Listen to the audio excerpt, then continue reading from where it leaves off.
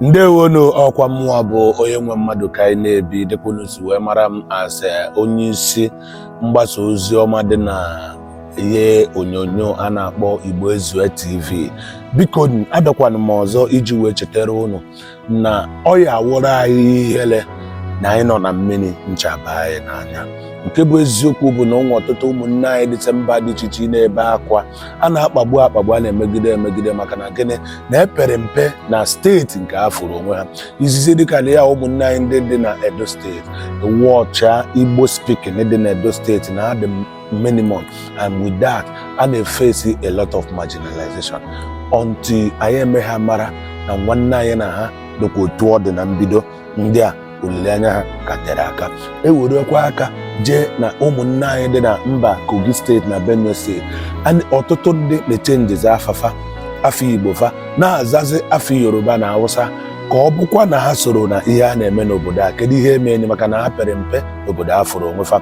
Ịna-anya ihe dịka Kogi, Rivers steeti, ọkwa ifu nke na-eme ikpeazụ a na Igbo Cultural Day ka ndị nwa na-ede leta na steeti Rivers na-enye warning na chọrọ ka ndị Igbo mee iche n'ihe a dị ordinary. Ọtụtụ mgba, ọtụtụ ọgụ ka a na-anọ iji wee fụ na Igbo niile adọrọ n'otu. Onwe onye ikwere ya apụta na esi na ọ bụrụ onye Igbo. Onwe onye kedu n'ihe nwa a na-ekwu ile Port Harcourt a na-ekwukwa n'okwu ya echekiwa afọ ya na mbido ka ihe ọ na-azụ Igbo ọcha wa asụsụ Yoruba.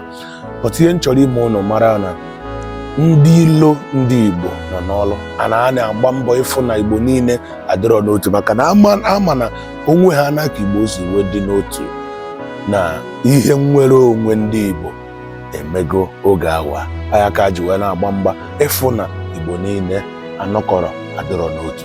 Nwanne m tinye aka maka ịgbasa ozi ọma anyị na-eme. O nwekwa nwanne m nke ọzọ a na-akpọ Nnamdi TV Chukwuemeka, ọ na-anwakwa n'ike na-agbagharị mba dị iche iche ịfụ na Igbo niile bịa tigeda. Na-ekwenụ mmụọ bụ onwe m ịbụ onye akụmazụ ụmụọcha imepere anya ụmụnne m eji wee mara na eziokwu na nwere ihe jikọta ndị asị na ya na ha bụ nwanne.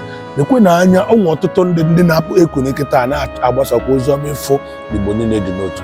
Ka anyị niile were ofu obi wee chịkọta aka wee na-alụ ọrụ a, maka na anyị nwere onwe anyị taa. Nwere onwe awụrọ nke ofu onye, onwe ka anyị si nwere onwe taa. Anyị niile ịbụ ndị Igbo na-agbaghị na ebe isi fụ onwe gị na nwere onwe anyị abịago.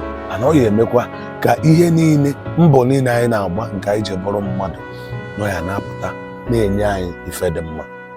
Bịakwanụ nye aka tụsa ozi a, nye aka gbasa ozi a. Igecha na-agafelụ, kpọọ otu mmadụ ịtọ sị ha bịa kiri, ha bịa gelụ ife ị na-ege. Na-enye aka na-atụsa dị ozi ka ọ nwee ike ruo ebe ndị orubekịta bịkọt na ọ site n'ozi ọma anyị na-ezi ka ụmụnne anyị ndị amaghị ihe eji wee maa, ndị maanị ụjọ na-atụ iko ihe eji wee pụta fụ na onwego ndị ọzọ kwuwerie ekwunikwe soro wee kwuwe. Nwere onwe anyị adị mfe.